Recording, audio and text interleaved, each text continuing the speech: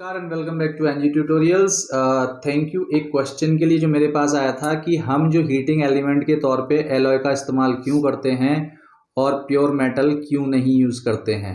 तो यहाँ पे एलॉय और प्योर मेटल में जो डिफरेंस होता है वो बता देता हूँ कि इसकी रेजिस्टिविटी या रेजिस्टेंस बहुत हाई होता है। ठीक है, इसका होता है रेजिस्टेंस हाई और इसका रेजिस्टेंस इसके कंपेरिजन में बहुत होता है लो। लेकिन इसका जो मेल्टिंग पॉइंट होता है वो होता है हाई और इसका जो मेल्टिंग पॉइंट होता है वो होता है लो। तो सवाल उठता है कि जब हम हीटिंग ही कर रहे हैं, किसी चीज़ को ऊंचे वाले बड़े टेम्परेचर तक लेके जा रहे हैं, तो एलॉय तो पिघल जाएगा पर प्योर मेटल नहीं पिघलेगा। क्यों? क्योंकि प्योर मेटल का जो मेल्टिंग पॉइंट होता है हाई। लेकिन उसके बाद भी हम जो हीटिंग एलिमेंट्स में उसमें एलॉय का इस्तेमाल क्यों करते हैं और प्योर मेटल का इस्तेमाल क्यों नहीं करते। इसके लिए हमें समझ में आना चाहिए, एक टर्म होता है ऑक्सीडेशन। ऑक्सीडेशन का मतलब होता है कि प्रेजेंस ऑफ ऑक्सीजन में या एयर के प्रेजेंस में जो मेटल होते हैं वो ऑक्सीडाइज होते हैं। ऑक्सीडाइज को हम समझ सकते हैं, इसका एक आसान शब्द होता है बर्निंग।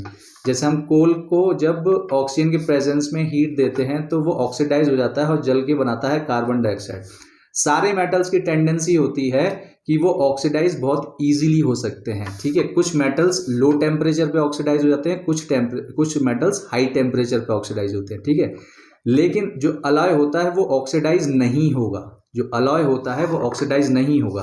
अब इसको इस तरह से समझते हैं, जैसे आपका जो बल्ब होता है उसके अंदर एक प्योर मेटल होता है टंगस्टन, इसलिए हम उसके ऊपर एक कवरिंग लगाते हैं और उसके अंदर इनर्ट गैसेस जैसे आर्गन है या नियॉन है, ऐसी गैसेस डालते हैं कि वो इससे रिएक्ट ना करें। वो इससे रिएक्ट नहीं करेंगी, ये ऑक्सीडाइज नहीं होगा, तो ये आपका बल्ब हमेशा जलता रहेगा। लेकिन यहीं पे अगर हम ये कवरिंग हटा दें और इसको एयर के अंदर जलाने की कोशिश करेंगे तो इसके अंदर आग लग जाएगी और ये फिलामेंट पूरा जल जाएगा उस टेम्परेचर पे। यहीं पे बात करते हैं, जैसे आपका जो हीटर होता है या फिर प्रेस होती है, उनके अंदर जो आपके हीटिंग एलिमेंट्स होते हैं वो तो एक्सपोज होते हैं, उनके चारों तरफ तो पूरा एनवायरनमेंट है, पूरा एयर है, ऑक्सीजन है। अगर हम यहाँ पे भी प्योर मेटल का इस्तेमाल करेंगे तो जो एयर के अंदर प्रेजेंट है ऑक्सीजन, उससे वो रिएक्ट करके ऑक्सीडाइज होंगे और जल जाएंगे, तो हमारा काम सिद्ध नहीं होता है। तो हम क्या करते हैं, अलॉय को लेके आते हैं।